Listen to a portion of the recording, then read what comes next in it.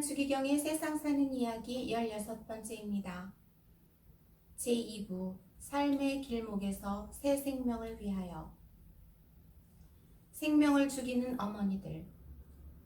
우리가 추구하는 가치 가운데 제일 큰 가치는 생명이며 생명 중에서도 인간의 생명입니다.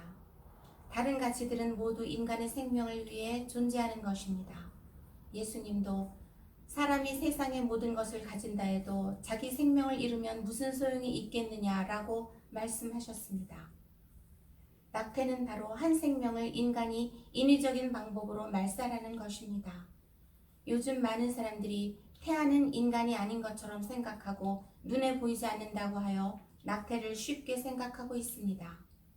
현대를 살아가는 한 사람 한 사람에게 자신의 생명이 언제부터 시작되었느냐고 물으면 어머니 태중에 임신된 순간부터라고 말할 것입니다. 내 생명이 그렇다면 남의 생명도 그렇게 인정을 해야 합니다. 그런데도 우리들이 생명을 죽여가고 있으며 특히 어머니들이 거기에 동참하고 있습니다. 여성은 특별히 하느님으로부터 생명을 낳고 기르고 보호하는 임무를 받았습니다. 어머니로부터 생명의 가치가 무너질 때 여타의 가치를 어떻게 심고 가꿀 수 있겠습니까?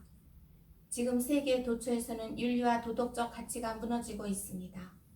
이것의 근원적 책임은 바로 태아의 생명을 소중하게 여기지 않기 때문입니다. 그렇다고 하여 무조건 아이를 낳으라는 것은 아닙니다. 보다 합리적인 방법, 자연적인 조절 방법이 있지 않습니까? 지금 많은 의사들도 이 방법은 부작용이 없고 부부관계도 사랑으로 묶어주는 좋은 방법이라고 말하고 있습니다. 인간이라면 어떤 의미로는 그런 점이 있어서도 자기 노력이 필요하다고 봅니다. 자기 희생이 있어야 합니다. 모든 좋은 일과 선한 일에는 희생과 노력이 따릅니다. 희생과 노력 없는 선행과 좋은 일이란 없습니다. 그런데도 우리는 너무나 쉽게 문제를 해결하려고 합니다. 쉬운 방법만 쓸 뿐 자기 억제는 전혀 안 합니다. 그러다가 뜻대로 안 되면 태아를 죽이고, 이것은 결코 인간의 행위가 아닙니다. 인간은 생각할 줄 알고 인내할 줄도 알고 참된 가치가 어디에 있는지 반성할 줄도 알고 희생도 할 줄 알아야 합니다. 희생할 줄 알아야 사랑도 할 줄 아는 것입니다. 이런 것을 외면하니 인간은 자꾸 경박해지고 또 억제할 것을 억제하지 못하니까 더욱 경박해지고 그로부터 생명 경시 풍조가 만연하는 것이 아닌가 생각합니다. 정말 아름다운 모성애는 태아로부터 시작됩니다. 임신 중에 어머니가 극약을 먹거나 신경 안정제를 잘못 선택하면 태아가 기형아가 되기 쉽습니다. 이것을 아는 어머니는 태아의 건강을 위해 자기 자신이 좀 불편하더라도 약물 치료를 조심할 만큼 어머니는 태아를 사랑하고 그 생명을 존중합니다. 많은 산부인과 의사들이 모체의 생명을 구하기 위해 태아를 제거해야 한다고 권유해도 태아만 살 수 있다면 자기 목숨과 바꾸겠다고 수술을 거부하는 어머니를 보았다고 증언하고 있습니다. 이것이 바로 자연의 법칙입니다. 직접 태아를 제거하지 않고 모체의 생명을 구하려고 약을 쓰거나 수술함으로써 태아가 희생된다면 살인은 아니련만 그래도 많은 어머니들은 이것마저도 극도로 마음 아프게 생각합니다. 정말 아름다운 모성애의 특징이 아닐 수 없습니다.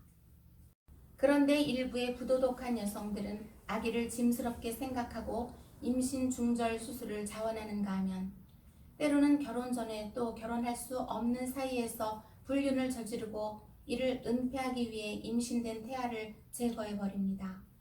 이것은 인간 가치의 질서를 뒤집어 놓는 죄악입니다. 자신의 체면을 태아의 생명보다 앞세우는 것입니다. 명예나 윤택한 경제생활이나 더구나 향락 따위가 결코 생명권을 능가할 수는 없습니다. 생명을 제거할 수 있는 단 한 가지의 가치는 생명뿐입니다. 자신의 생명을 구하기 위한 정당 방위와 긴급 피난만이 허용될 뿐입니다. 성의 쾌락은 사랑의 유린.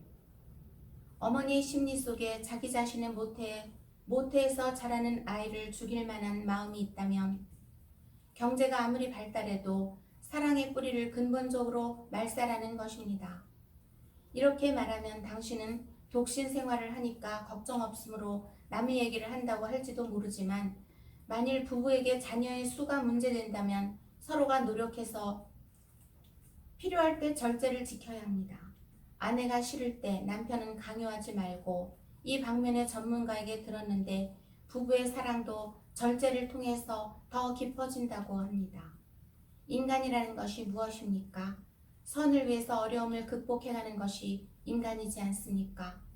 현실적으로 성의 문제는 인간이 자기 컨트롤을 못할 만큼 개방되어 있습니다. 이것이 과연 인간적인 것이냐 비인간적인 것이냐 하는 문제는 차치하고라도 현재 성의 문제에서 파생되는 여러 가지 인구 문제 등이 비인간적인 방법으로 해결되고 있음은 사실입니다. 성이란 것은 가장 소중한 인간의 것, 남녀가 신성하고 소중하게 서로 주고받는 것인데도 말입니다. 사랑과 섹스, 육체와 영혼에 대해 생각해 봅니다. 일부에서는 사랑과 섹스는 별개인 것처럼 여기고 있는 것 같은데 성을 쾌락의 수단으로 취급한다면 성 자체가 유린되는 것입니다. 인간에게 성은 극히 중요합니다. 성은 사랑을 깊게 해주며 동시에 사랑으로서 성을 나눌 때 충족감을 느끼는 것입니다. 나보고 경험도 없이 말하느냐고 할지 모르지만 그것은 관찰에서 얻어진 결론입니다. 성이 쾌락의 수단으로 전락하면 인간은 내적으로 황폐해지기 마련입니다. 요즘에 헤도니즘, 쾌락주의는 위험합니다. 순결도 그렇습니다. 인간은 영육 일체의 존재라는 점을 강조하고 싶습니다. 육체와 영혼의 어느 한쪽이 깨끗하다고 해서 순결하다고 볼 수는 없습니다. 영혼을 건드리지 않고 육신만을 더럽힐 수는 없습니다. 육체를 범했다면 그 영혼까지도 침범한 것입니다. 반대로 육체가 깨끗하다 해도 그 마음이 돌 같고 이웃에 대한 사랑의 감정이 없다면 그런 사람을 순결하다고 볼 수는 없습니다. 참된 순결은 이웃에 대한 사랑이라는 점을 강조하고 싶습니다. 중학생까지 미혼모가 되다니. 학병 친구였던 전 경제기획원 장관 김학렬 씨가 살아있을 때의 일입니다. 어느 날 우연히 만난 일이 있었는데 나보고 인구 문제에 교회가 너무 보수적이라고 말하더군요.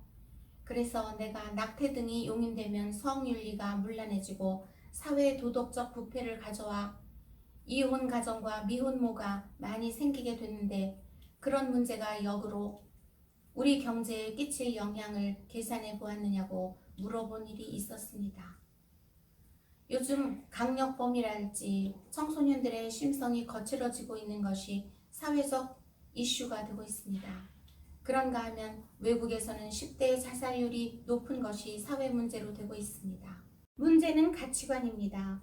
예컨대 옆집이 우리보다 훨씬 잘 산다. 우리가 그만큼 살자면 무슨 방법이 있겠느냐를 궁리할 때 식구들이 많다고 한다면 머리수를 줄이자고 할 겁니다. 그런데 식구들이 결론을 내리기를 눈 뜨고 있는 놈은 못 죽이겠으니 배 안에 있는 놈을 죽이자 했다고 할 때 그 가정의 가치관은 어떻게 되겠습니까? 우리의 빈곤이 인구에게 있습니까? 그걸 과학적으로 증명할 수 있습니까? 그런 문제에 접근하고 있는 인구 정책이라는 것이 근원적으로는 생명에 대한 존엄성을 무시하고 있습니다. 숫자 계산만 앞세워 해마다 대전만한 인구가 생기느니 GNP와 쌀 생산량은 얼마인데 인구만 늘어간다고 말합니다. 그러나 약국 등에서 피임기구를 파는 데서 오는 성윤리의 문란이나 미혼모 문제에는 등한시합니다. 가톨릭의 수녀님들의 어느 공동체가 미혼모 문제를 다루고 있는데 그 연령이 중학생까지 내려갔다는 이야기를 들었습니다. 지나치게 인구 조절을 하면 가정도 파괴되고 경제나 생산에도 영향을 미칠 것입니다. 형도 누나도 동생도 사촌도 육촌도 다 없어집니다. 부모가 죽으면 자식들은 천혜의 고아가 되고 맙니다. 인간은 인간관계를 가지고 살아야 합니다. 때문에 아이들이 인간다운 심성을 가지고 자랄 수 있느냐 하는 것이 중요하고, 그렇지 못한 환경에서 자랐기 때문에 거칠어지고 사회 문제로 되는 것입니다. 다음 주에 계속됩니다.